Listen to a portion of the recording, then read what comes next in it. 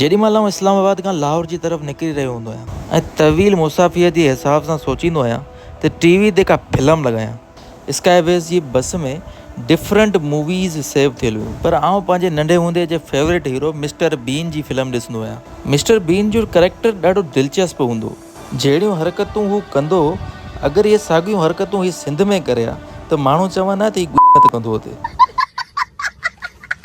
इन मूवी जी story agents ते based हूंदी आहे, जंहिंमें कुझु सीनियर पोड़ा एजेंट हिकिड़े कमरे में वेठल हूंदा आहिनि। मतिलबु ईअं लॻी रहियो हूंदो आहे त मुख़्तियार कार जी ऑफिस में ई ॿनी खाते ते करणु आया हूंदा।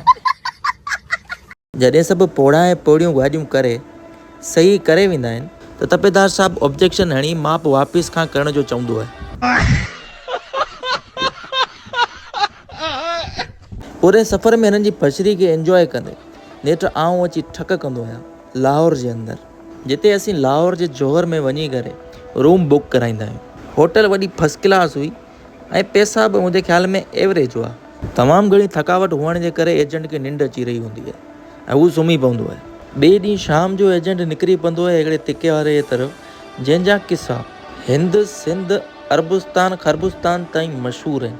उते पुॼंदे आउं हिकिड़ी शइ नोट कंदो आहियां त हिते जी आबादी में खदड़नि जो तादादु वधीक आहे। मतिलबु हर 5 माण्हुनि में 2 माण्हू खदड़ा हुआ। ख़ैर तेसि ताईं मुंहिंजो तिको बि अची वेंदो आहे ऐं रगड़ो ॾेई करे गाज़ी तिका खां वापसि पंहिंजी होटल जी तरफ़ वेंदो आहियां, पर टेस्ट में एतिरो मज़ो कोन मिलियो।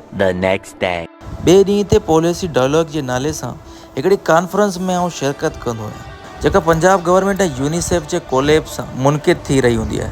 ख़ैर पंहिंजी नीयत साफ़ ऐं शफ़ाफ़ हुई त आख़िर केॾीमहिल लंच जो ऐलान था कनि। हिकिड़े मथां ॿियो, ॿिए मथां टियों स्पीकर ईंदो वियो ऐं मुंहिंजी बुख जो पैमानो लबरेज़ थींदो वियो।